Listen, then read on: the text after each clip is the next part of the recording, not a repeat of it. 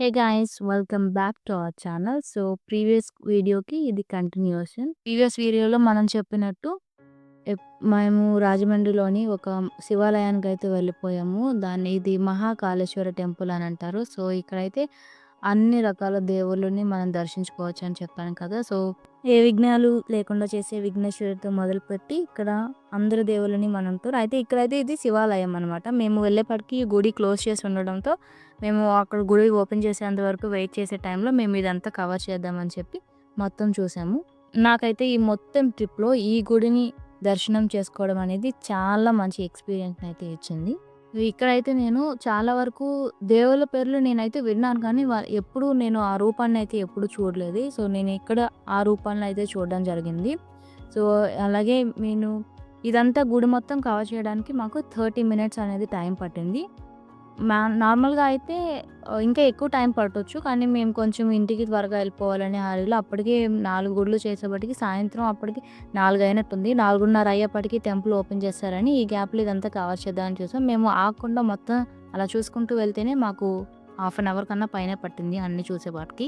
ఇది ఈ గుడైతే చాలా పెద్దది. అండ్ అలాగే ఇందులో ఉండేది ఒక శివుడు శివలింగ రూపంలో మాత్రమే ఉంటాడు. కానీ చుట్టూ ఉన్న మొత్తం మాత్రం మాకు 4 పక్కల ఉంటారు. ఋషులుంటారు, దేవతలుంటారు, దేవుళ్ళుంటారు, సతీ సమేతులుంటారు. మేము వెళ్ళినప్పుడు గుడి క్లోజ్ చేసి ఉండడంతో అప్పుడు రష్ అనేది తక్కువ మందే ఉన్నారు. సో, ప్రశాంతంగా మేమైతే మొత్తం కవర్ చేయడం అయితే జరిగింది. సో, నేనైతే ఇక్కడ చాలా స్వరూపాలను చూశానని చెప్పాను కదా! అలాగే నేను నా పేరుతో ఉన్న దేవత రాజరాజేశ్వరి దేవతని నేను ఇప్పటి వరకు పేరైతే విన్నాను గానీ, నేనెప్పుడైతే ఆమెను స్వయంగా దర్శించుకునేది లేదు. సో, ఈ ఈ గుడిలో నేను ఆ రాజరాజేశ్వరి మాత రూపాన్ని నేను దర్శించుకోవడం అయితే జరిగింది.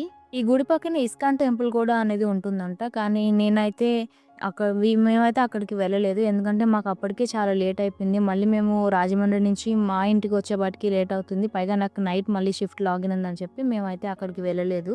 కానీ నాకు తెలిసిన వాళ్ళు ఎవరైనా రాజమండ్రికి వెళ్తే గనక నేనైతే ఖచ్చితంగా ఈ గుడిని విజిట్ చేయమని అయితే నేనైతే వాళ్ళకి సజెస్ట్ చేశాను. అలాగే ఇదొచ్చేసి శ్రీ చక్ర అంటారు కదా! దీని మీద అయితే కాయిన్స్ బ్యాలెన్స్ చేశారు. ఒక్కొక్కళ్ళది ఒక నమ్మకం అండి. మనతో శివుడు ఉన్నాడు అనుకుంటే అక్కడ కాయిన్ బ్యాలెన్స్ అవుతుంది అని. సో, నాకైతే అంత నమ్మకం ఉండదు కానీ ఇది కాయిన్ బ్యాలెన్స్ చేయడం చాలా బాగా అనిపించింది. నాకు, మా మమ్మీకి, అక్కడున్న ఇంకో ఆంటీకి అయితే కాయిన్ అస్సలు బ్యాలెన్స్ కాలేదు. అని మా డాడీకి ఒక 2, 3 ట్రయల్స్‌లోనే ఆ కాయిన్ అనేది బ్యాలెన్స్ అయిపోయింది. నాకైతే ఇంచుమించు 15 మినిట్స్ వరకు చాలా నాకు పేషెన్స్ కూడా లేదు. ఇంక ఇది నుంచోదు అన్న టైంలో లాస్ట్‌కి ఎలాగోలా నుంచుంది. నేనైతే ఇలా కాయిన్స్ పెట్టడం ఇదే ఫస్ట్ టైమ్ అనమాట. ఇప్పటి వరకు నేను మా మమ్మీ చాలా ఎక్సైట్ అయ్యాము. ఎందుకంటే మేము ఇది మూవీస్‌లో చూడడం తప్ప ఇప్పుడైతే కాయిన్స్ బ్యాలెన్స్ చేసే కాన్సెప్ట్ అనేది మేము ఇప్పటి వరకు దాన్ని చేయలేదు. నాకు ఎలాగోలా బ్యాలెన్స్ అయింది అని అనుకున్న తర్వాత మా మమ్మీ ఉండిపోయిందనమాట. మా మమ్మీకైతే ఇంకా లేట్ పట్టింది. కానీ ఎలాగోలా తనకు కూడా లాస్ట్‌లో బ్యాలెన్స్ అయింది. మా డ్యాడీ, నేను కొన్ని టిప్స్ చెప్పి ఇలా కాదు అలా బ్యాలెన్స్ చెయ్యి అని ఎలాగోలా చెప్పి బ్యాలెన్స్ చేసాము. చూడండి నాది బ్యాలెన్స్ అయింది. ఇంకా మిగతా వాళ్ళందరూ ట్రై చేశారు. సో, ఫస్ట్ కొంతమందయితే రూ. 10 కాయిన్స్, రూ. 5 కాయిన్స్‌తో చేశారు. అలా కాదు రూ. 1 కాయిన్ బ్యాలెన్స్ చేస్తేనే బావుంటుందని మేమైతే రూ. 1 కాయిన్‌తోనే చేసాము. మా మమ్మీ ఇప్పుడు ట్రై చేస్తున్నారు. అండ్ ఫైనల్‌గా మా మమ్మీకి కూడా కాయిన్ అనేది బ్యాలెన్స్ అయిపోయింది. సో, అక్కడైతే కాయిన్ బ్యాలెన్సింగ్ కాన్సెప్ట్ అనేది అక్కడ ఆపేసి మేము నెక్స్ట్ వేరే దేవతల్ని దర్శించుకుందామని మేము తర్వాత అక్కడి నుంచి వెళ్ళిపోయాము. ఎందుకంటే ఇంకా చాలా దర్శించుకోవడానికి ఇంకా చాలా ఉన్నాయని చెప్పి మేము ఇంకా టైం ఎక్కువ పడుతుందేమో మళ్ళీ అని చెప్పి మేము వెళ్ళిపోయాము. సో, మొత్తం మీరు కూడా చూడండి మాతో పాటు. సో, ఇక్కడి వరకు అయితే మనం మాక్సిమం అందరిని కవర్ చేసేసాం. ఎందుకంటే ఈ వీడియో మనకి ఆల్రెడీ 9 మినిట్స్ లాంగ్ అయిపోయిందని చెప్పి నేను ఆహ్, చాలా ఫాస్ట్ ఫార్వర్డ్‌లో పెట్టేసాను. హోప్ మీ అందరికీ అన్నీ బాగా కనిపించాయని అనుకుంటాను. మనం ఆల్మోస్ట్ మొత్తం కవర్ చేసామని ఇంకొన్ని ఉన్నాయి. ఇక్కడికొచ్చేసరికి ఈయనెవరు ఇస్వాక్షుడు అంటాం. నేను ఇప్పుడే ఫస్ట్ టైమ్ చూస్తున్నాను. తర్వాత ఈయన కూడా నేను ఎప్పుడు చూడలేదు. తర్వాత రాధాకృష్ణులు. సో, రాధాకృష్ణులు తెలియని వారు ఎవరున్నారు చెప్పండి? మా చెల్లికైతే రాధాకృష్ణులు అంటే చాలా ఇష్టం. అండ్ సీతారామ లక్ష్మణులు రూపంలో ఉంటారని చెప్పాను కదా! మహాకాళేశ్వరుడు. సో, ఇక్కడైతే రోజుకొక అలంకరణ చేస్తారంట ఈ గుడిలో ఉన్న లింగానికి. పంచముఖ ఆంజనేయ స్వామి, ఈయన వచ్చేసి సూర్య భగవానుడు. సో, తర్వాత ఇక్కడి నుంచి మనం చూడబోయేది అష్టలక్ష్ములు అంటారు కదండీ! ధనలక్ష్మి, సౌభాగ్యలక్ష్మి, సంతానలక్ష్మి, ఆదిలక్ష్మి, విజయలక్ష్మి ఇలా 8 అష్టలక్ష్ములు అంటారు కదా! సో, లక్ష్ములందరూ వరుసగా ఇక్కడ ఉన్నారు. వాళ్ళందరినీ కూడా దర్శించుకున్నాం. సో, అందరి లక్ష్ముల్ని మేము దర్శనం చేసుకున్నాము. అలాగే మాతో పాటు మీరు కూడా చేసుకున్నారు అనుకుంటున్నాను.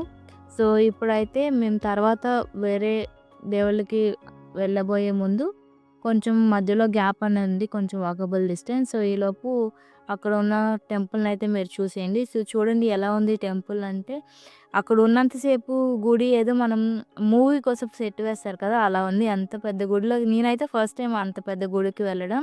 సో, తర్వాత వచ్చేసి ఇక్కడికొచ్చేసి లక్ష్మీ సమేతులు అయితే ఉన్నారు. సో, లక్ష్మీ నరసింహస్వామి, ఇందాక లక్ష్మీ హయగ్రీవ స్వామి, అలా లక్ష్మితో ఉన్న Anantha Padmanabha Swamy. So, world's largest richest temple అంటారు కదా!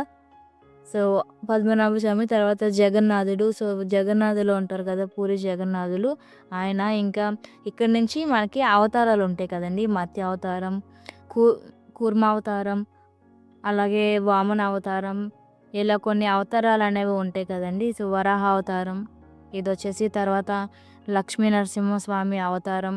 ఇలా అన్ని అవతారాలు కూడా మనకి అక్కడ వాళ్ళనేది ఏర్పాటు చేయడం జరిగింది. సో, అక్కడ అవతారాలన్నీ ఫినిష్ చేసుకున్న తర్వాత మనకి పుణ్య పురుషులు అంటారు కదండీ! కొంతమంది ఉంటారు కదా! పరశురాముడు, అలాగే ఇది వచ్చేసి శ్రీరాముడు, తర్వాత శ్రీకృష్ణుడు, ఇలా కొంతమంది విగ్రహాలు మళ్ళీ విడిగా అక్కడ రాధాకృష్ణులు, సీతారాములతో కాకుండా మళ్ళీ విడిగా కూడా పెట్టారు. ఇది అయిన తర్వాత మళ్ళీ బుద్ధుడి విగ్రహం కూడా పెట్టారు. బుద్ధ అవతారం అని చెప్పి ఆయన విగ్రహం కూడా అక్కడైతే డిస్‌ప్లే చేయడం జరిగింది. ఇంక నేనైతే బద్రీనాథుడి విగ్రహం అయితే ఇదే ఫస్ట్ టైం నేను దర్శనం చేసుకోవడం. అలాగే రామనాచార్యులు అంట ఈయన. సో, ఇక్కడితో మన అన్ని విగ్రహాలకి దర్శనం చేసుకోవడం అయిపోయింది. ఇంక మనం గుడిలోకి వెళ్ళిపోదాం.